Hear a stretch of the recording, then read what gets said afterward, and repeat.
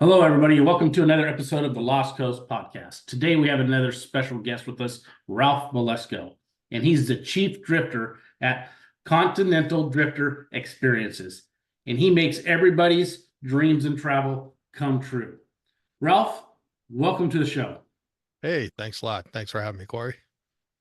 So, Ralph, I know we talked earlier, and you come from the financial background, but then you realized you're having so much fun traveling that you decided to make everybody else's dreams come true in the travel industry.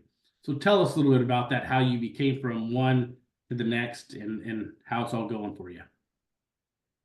Yeah, so I've been doing this for over 16 years now, been organizing and leading small group trips around the world. I like to say that I create once in a lifetime travel experiences for my clients. Most trips I am the leader of. I organize and lead the trips, but I also do some custom trips as well for people that don't necessarily want to travel on my dates or have me as the leader of the trip. They can go on their own. But I was a financial advisor until I think it was September 29th, 2008. And for those financial people out there or people in the financial markets, they know that that was the day that we had the 2008 financial crisis. And so as a newbie financial advisor who was just barely scraping along, I decided that that was the sign from above that I needed to go full time into what I was doing part time at the time, which was teaching travel photography and organizing small groups and one-on-ones, photo walks, things like that in Southern California, where I was living at the time. So, financial world to photography, and as you're doing this travel photography and all this stuff, I mean, which was really what your side hustle at the time, right? Mm-hmm. And to go from the transition to make the side hustle full time, I mean, that's like I kind of think what majority of us side hustle people want to do, because the side hustle is usually a passion that you have, something that you really love to do. How did you brought forth that, and then it turned into a whole different part of travel and guiding other people, correct? Yeah, I mean, I'd always well, back up a little bit. In the early 2000s, 2001, 2, 3, I would call that the dawn of digital photography. It probably happened earlier than that, but really the meat of it sort of happened in the early 2000s. I've always been interested in travel and photography since I was 15, and I studied in Spain for a summer. The next summer, I was a volunteer in Peru. The next summer, I was a volunteer in Venezuela. And the next summer, I studied in Mexico City. So I'd been traveling quite a bit from an early age, always enjoyed photography, but this was back in the 80s and 90s before digital photography really reared its head. And so when this sort of perfect storm of digital photography, the internet, social media, all these things came together, and everyone was starting to be interested in these new digital devices, which at the time were just like a 1 megapixel camera. We didn't even have them on our phones really yet, not the way they are today, of course. But I saw an opportunity that I bet people would want to pay someone to show them how to use these new digital devices, teach them all the settings and buttons, and actually go out and use them. That was more interesting to me, not the technical part of it, but of course people wanted to learn that because it was new to everyone. But as far as actually using the camera to take great photos, that's what I was more interested in: composition, timing, anticipation, things like that. Not necessarily the technical parts of f-stops and aperture and all those things. So that ended up being true. So in 2005, I was up until 2005, I was living back in Chicago, where I'm from. But I said, if I'm going to create some walking tours like this, because I imagine creating like 2 hour walking tours where I could take people around the city and show them their devices, get them some great shots. But Chicago, probably not the best place as far as the weather. And, maybe 6 months you've got good weather for that kind of thing. Although Chicago gets a bad rap. It's not that bad. Um, so I decided to move back to California where I had already lived once or twice before, and there I could do it full time and or at least year round. Right. So a buddy of mine said, I was looking because I was making zero money at the time with the photography, of course, because I was just starting the business. But a buddy of mine who lived in Southern California was a financial advisor, had his own brokerage firm. He said, "Why don't you get your licenses and come out and work for me?" And so I was like, okay, that's a way for me to get out there, make some money, and also do this on the side. So I started teaching at the local community colleges, Saddleback College, University of California Irvine Extension Program, Santa Ana College, places that were you didn't need a teaching degree. So Right. these were like adult education programs. And that's a tip for any of your listeners that are doing side hustles is these are a great way to test your idea, to practice it, get it out there, get some feedback, make your mistakes with just a few people before you spend a bunch of money and go, big time. Test your idea by teaching at these places. They're always looking for so teachers. I'm sure you get those quarterly magazines from the local city, at least we do here, and telling about the yoga and language courses and things like that. So I jumped on that and I said, you know what? There was already a guy teaching the technical part of digital photography. And so I said, I don't want to have to compete with that person. So I decided to teach the more learning to see, again, how to use the camera to point it at the most interesting stuff, how to compose it and get great shots. And so that's how I differentiated myself. Interesting. Interesting. So you're in all these colleges, well, not all these colleges. I mean, you're teaching at these places, right? And you're into photography. What was kind of the outlook there with the students and stuff? I mean, you must have like grew kind of a little bit of a following through that group that kind of started to develop into some major relationships there too. No doubt. I still have people that are traveling with me. I've got a friend of mine who's now a friend. He was a student way back when, 15, 17 years ago. And he came to one of my first classes at Calumet Photo, which was a local camera store I was teaching at in Southern California. He was on my very first international trip to the Central European Christmas markets. He just went with me to Cuba for the second time in April, and now he's coming with me to France in September. So the reason I tell you that is that you're exactly right. I mean, I've created some incredible relationships with people that are still with me all these years later. Now I do only multi-week international tours around the world, so I don't do anything domestically or locally. And so people that are looking to travel with me are looking to they're typically very well traveled people, so they've been to the main capital cities, and so have I. So in order to keep my own interest, I've always tried to do some things that were more off the beaten path and get into the countryside and the back roads and things like that to meet the local people, which is what I love. So I'm very intrigued about this. So you've been traveling. I mean, you pretty much have covered this globe from circled it probably more than once. Yeah. What's number one? I mean, what's the favorite place you go? But before we even get into that, what's so these travelers that want to go with you, like you said, they've traveled a lot, they've done some more. So you're taking them, like, say, off the beaten path, getting to different locations, something that people don't usually see on the everyday travel, right? That's not in the main books that you go, travel brochures or anything like that. You've actually gone out, you've done your research, places that people don't see, some neat spots, and you're going with them. So everything's there. You kind of got a guide, you kind of got a plan, and people can feel real comfortable about the situation. Tell us a little bit more about that on how you strategize with your clients when they're going and traveling with you. Yeah, great question. People, like I said, are mostly very well traveled, although I do get some first timers or newbies, and they love it too. Oftentimes they're friends of people that are maybe more well traveled that have been with me before. I've got over 50% repeat rate on my trips. So I get a lot of referrals and people bringing friends and family suggesting my trips, which is fantastic. But like I said, most people have been to some of the bigger places like the Rome, Florence, Venice type trips.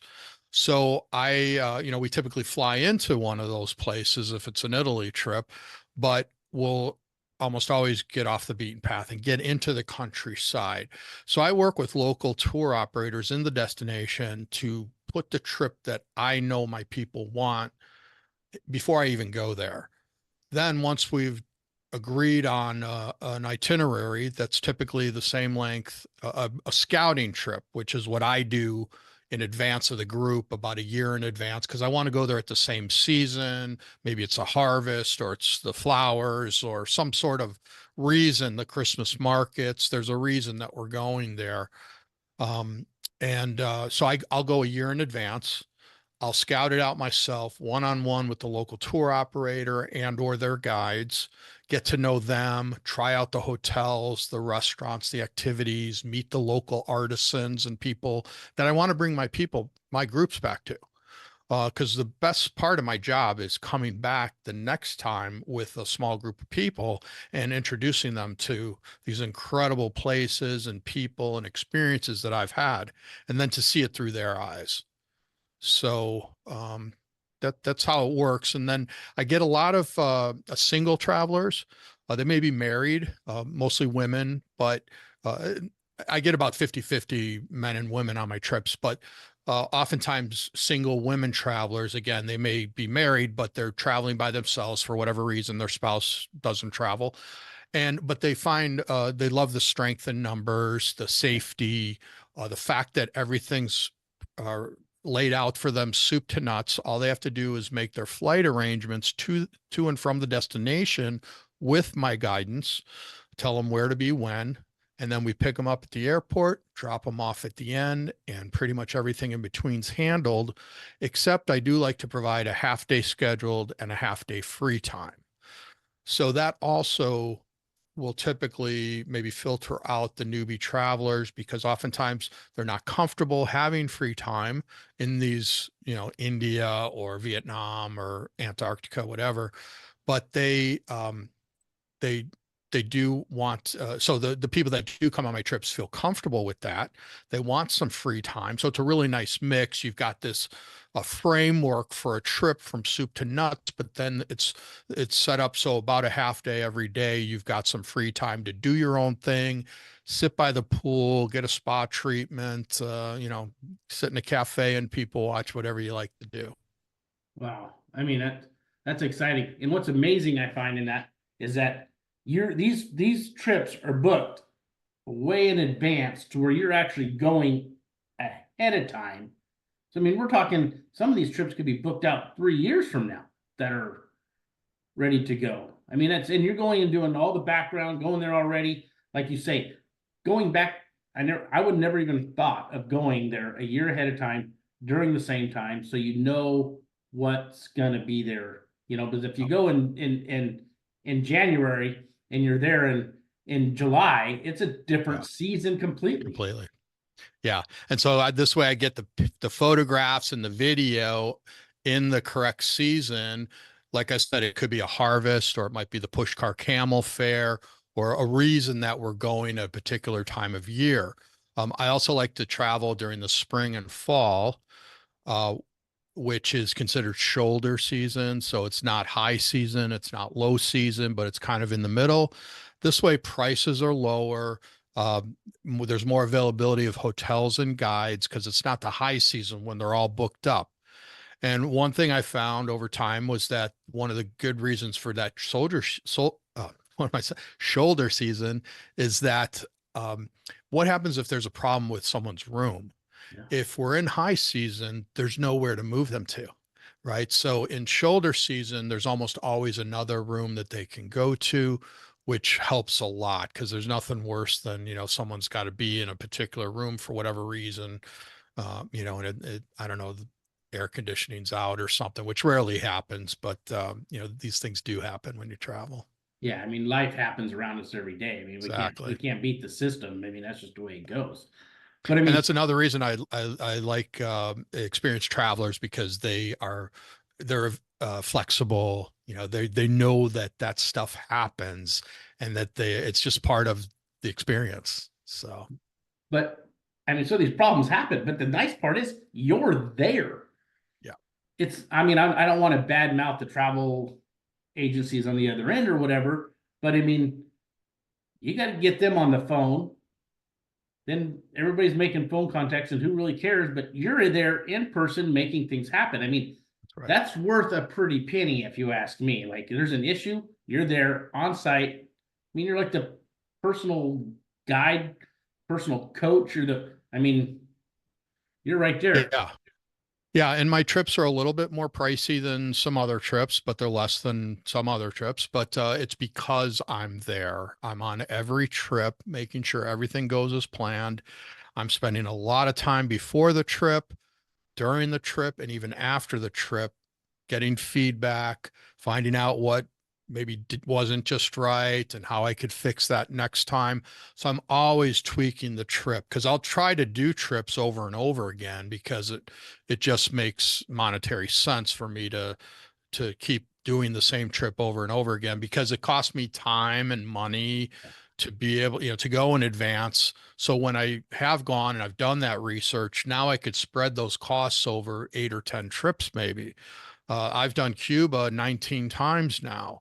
So, I become an expert in those places. The people that I meet there, the artisans, the guides, they become friends. And Yeah. so I'm really just traveling with my friends. And it's the same with the clients because, like I said, 50% of anyone on any trip has traveled with me before, almost guaranteed. So in these other places you go, like you said, you're making these relationships with these peoples in these other countries. So you probably get a little better, like, hey, Ralph's coming to town with his group this week. Hey, he's got today's booked at this restaurant, or you probably know the restaurant owners. You probably got some clout in that area. So you're getting a little upper class service, I'm sure, for you and your group. I tell you what, there's nothing like walking into a restaurant that I haven't been in a year or maybe even longer if the trip's, been a couple of years between, and the owner recognizes me or the hostess or the guide, comes and hugs me and Ralph, hey, welcome back. Hey, bring your group over this way. In Cuba, like I've been there so many times that we go to this one bar that there's a band that plays. And when I walk in with my groups, and it could be 2 or 3 years later, they'll stop the music, they'll clear tables, they'll set up tables for my people, they'll sit them down, they'll order a round of drinks, and there's nothing like that feeling of, feeling like, people know you in other places around the world. It's kind of impressive to the clients. And it's one of the best parts of what I do. Oh yeah, I can imagine. I mean, I'm picturing myself right now being on one of your trips and walking into that bar, and you guys walk in, and now you're the VIP. Everybody else is That's just right. step aside. Everybody, these guys are here today, and that's all that matters for right now. That's That's you got really to feel fun. pretty important. And walking and I'll walk around the streets in Havana and I'll see people every day that I know from past trips. They'll stop me, shake my hand, say what's going on. So it's really fun to go back to these places over and over again. Oh yeah, that's great. That's great. So, okay, so we kind of gone through a little bit about, but give us like a quick breakdown of the process. Somebody calls you, says, Ralph, we want to book a trip. What's the process they're going to go through real quick? Just kind of so we know, they know what to expect, and our Yeah. listeners can kind of get an idea of where you're headed. It's super easy. So typically someone will start at the website or I'll send them to the website, continentaldrifter.co. All my trips are there. They're laid out. You click on one, it gives you the itinerary, the highlights, links, all the details, pricing. And then if someone wants to register, they can register there and it just comes to me automatically that's, you've got a new booking for Cuba. So that's really wonderful. So to try to make it as painless as possible for people. With Cuba, it's a little bit more complicated. Just a little bit for the client, but much more complicated for us. But because Cuba is on that list of countries that were boycotting, and it's a special thing, you have to have a licensed program to go down there legally. People can go through the back door through Canada. Only U.S. citizens have this issue. You're in Canada, right? No, I'm in the States. I'm in the Oh, I'm States. sorry. Okay. That's all right. Um, and yeah, so just the US has this issue, and it's on our side. Cuban government would love to have all of us come down there. They say that Cuba is the most pro-American, pro-US, because of course they're considered Americans as well, but most pro-US country in all of Latin America. And I believe that because I go down there, and again, I've met so many wonderful people. But for Cuba, there's a little bit of extra paperwork. Takes no time at all for the clients, but we need to make sure that that's all registered. We've got passports, and then you go down there, and it's like nothing, different from any other trip. There's no one following us around. There's checking, make sure we're doing everything, that we said in the itinerary, because we have to have approved itineraries. So it's really just one of the most wonderful countries there is. But any other trip, anyone can make arrangements on their own to go to almost anywhere else in the world. But doing it through someone like me, it's just, again, soup to nuts. I've got one of my clients is super busy attorney. He says, man, I know when Ralph creates a trip, I know it's going to be great. He's been on 5 of my trips already. I know it's going to be great. All I have to do is show up, and I know what to expect. So I like to think I've created a really nice template and a brand and a following, and people respect that, and tell their friends, because who doesn't want to pass that along? Yeah, absolutely. So give us what's your favorite trip? I mean, I'm going to say you might say Cuba, but where besides Cuba is? Give us another example of one of your more amazing trips that you've had that's personally touched you, or maybe more importantly has touched the clients that went with you, where you got the feedback where they just absolutely just loved it. Yeah. I, I was going to say, I hate to say it, but I don't hate to say it, but almost all my trips have 5-star reviews. I've never gotten anything less than a 5-star review in 16 years.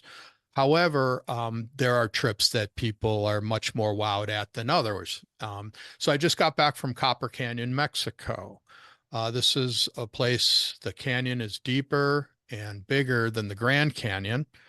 There's one of the great train rides of the world right through it, called El Chepe, and hardly anyone's ever heard of it. Um, about 10 or 12 years ago, I did a photo assignment to shoot the travel and cultural images for a cookbook on Mexican cuisine.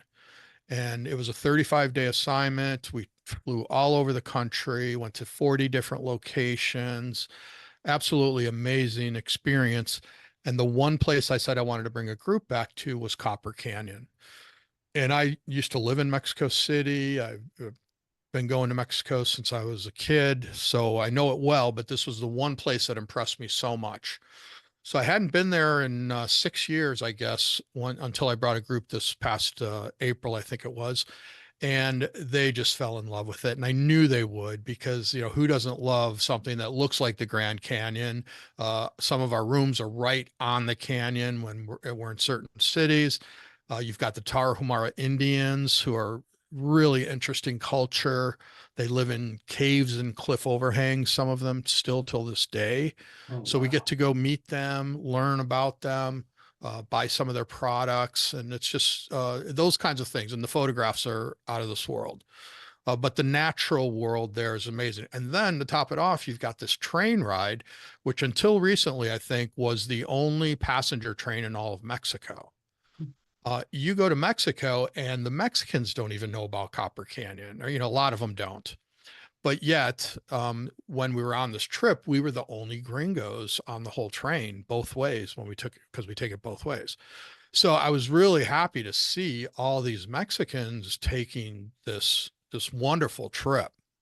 So that's one that people just raved about because it's only 2-3 hours south of the US border. It's so accessible, but talk about a completely different world. Other favorite trips of mine are Cambodia, which a lot of people don't think about, but you've got Angkor Wat, you've got beautiful lakes and the sea, and the food is outstanding. The hotels are great. The people are some of the friendliest in the world. India is one of those places that you go and you know you're traveling. You know you're in a different place. And they say that either you love it or you hate it. And I love it. And I've never had any one of my clients say they didn't love it. But especially for photography and food, it's just so interesting. You've got the Taj Mahal in Agra, so many other monuments and so much history. So it's absolutely outstanding. And just one more is Antarctica. So I went there for the first time this past February. Well, we're going the exact same week this coming February 2025. And that is a place that I'd never been. It was my seventh continent. And went down there. And what we do is we fly down to the continent. So we don't do that 2.5 day crossing of the Drake Passage by ship. You may have heard of it, but it's notoriously rough. There's three oceans come together in a very small space there. So there's upwards of 100-foot waves at times. So it's not a comfortable sailing across, but people like to do it, and it's less expensive to take the ship, but it takes 4 or 5 more days of your trip. And then you may have rough seas. And then some of these ships are so big because they have to be a certain size to get across that ocean there, I suppose, with tourists that they can't even get off onto land, onto shore when they get down to Antarctica, if they make it.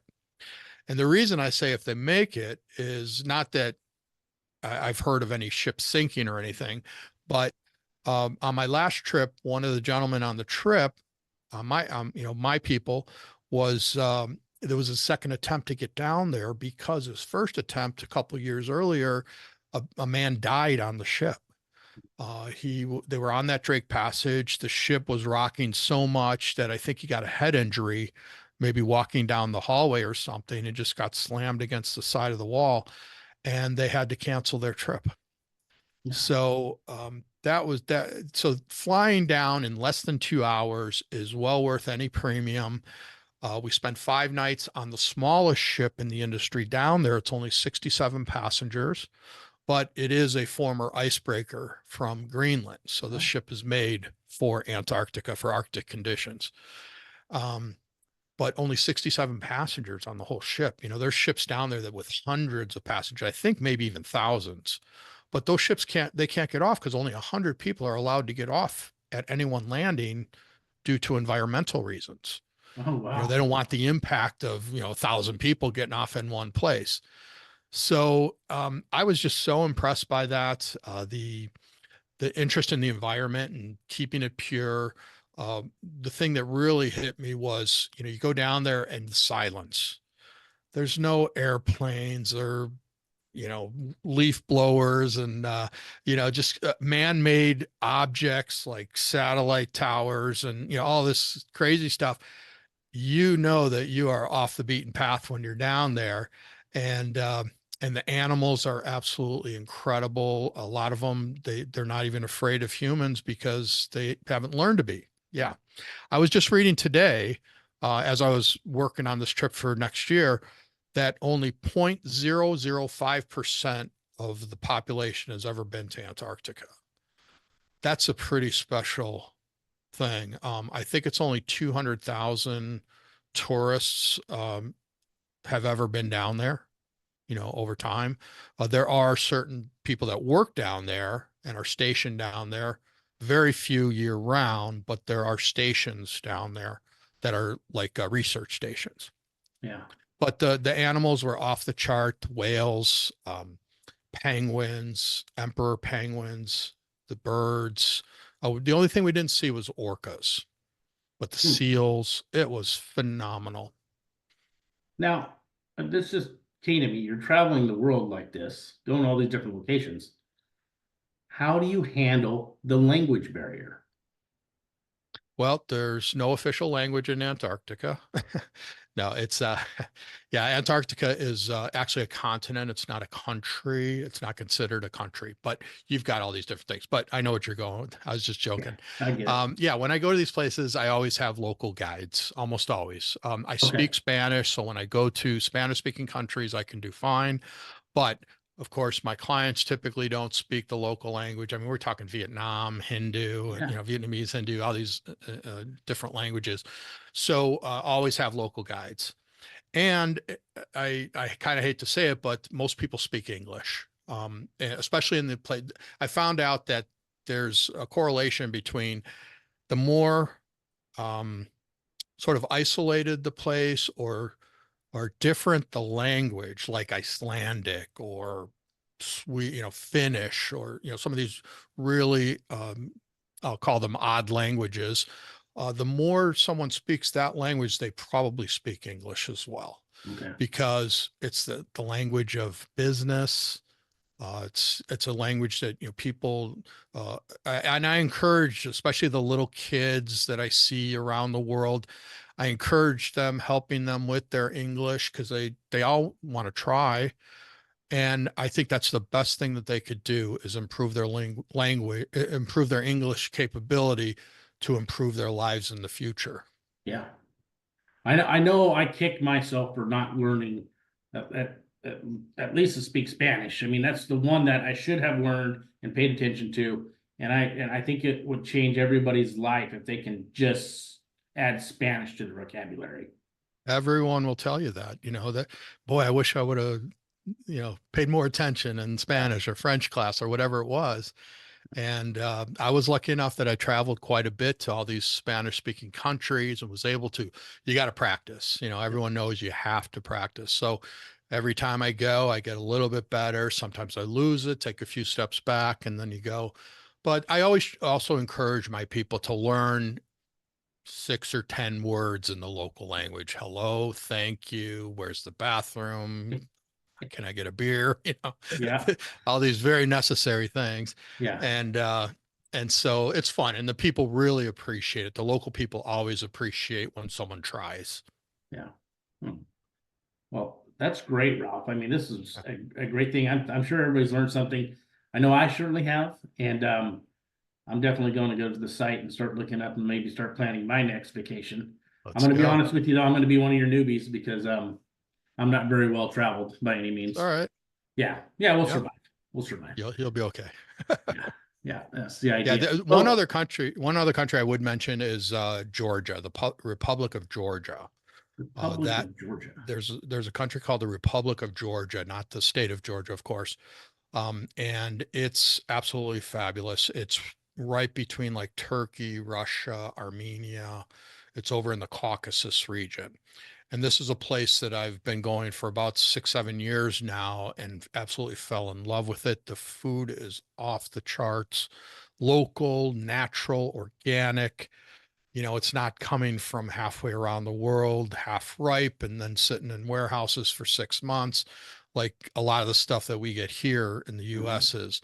So it's flavorful, it's right there. People are trading with each other, the neighbors, grapes for lettuce or whatever. They make their own vodka, and it's known as the world's oldest wine culture too. They found remnants of like wine production, like 8,000 years old. So absolutely incredible. I do a lot of, I like to incorporate wine tasting, spirits, checking out the local, Rocky in Turkey or whatever the local spirit is. How do they make it? We will do a tasting.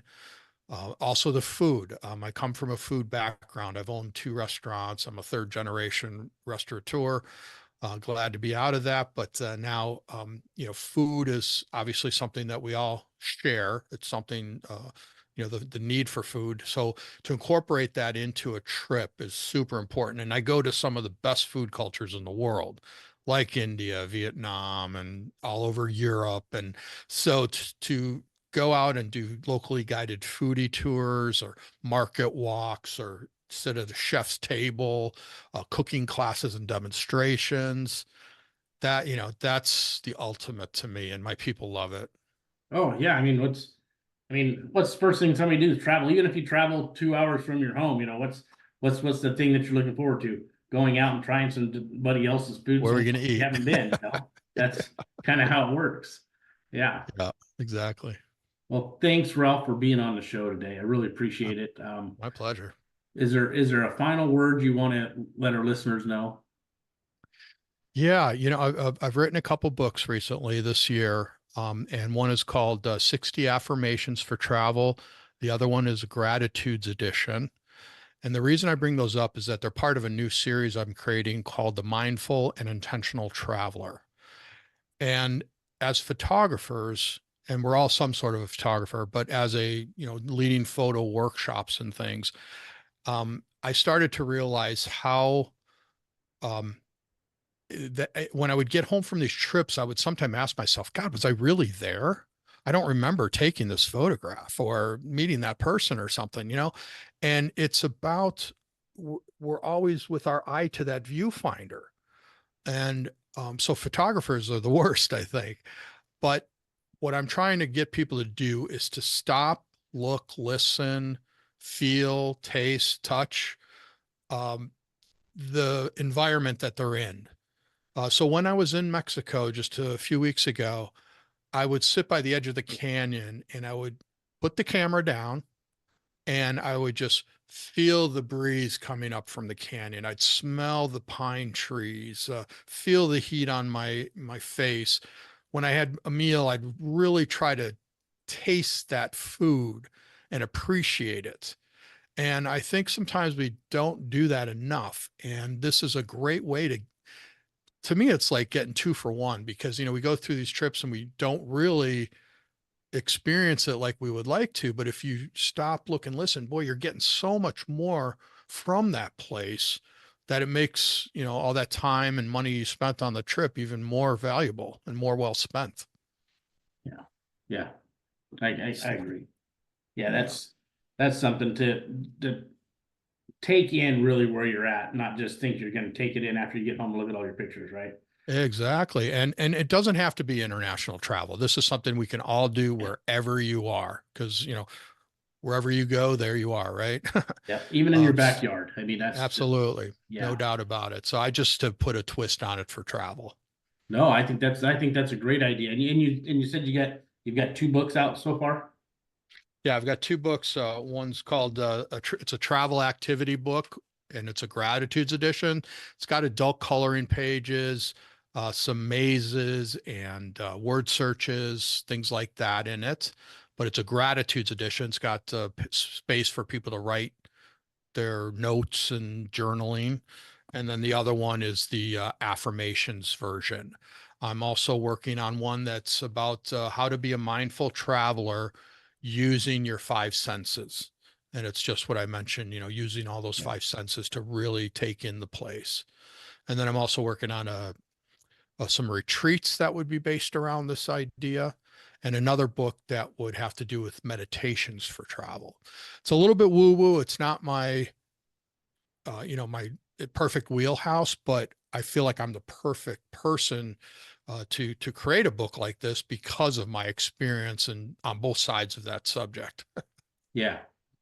Well, that's great, Ralph. We're going to bring this to a close. I Right. know the listeners have definitely got something out of it.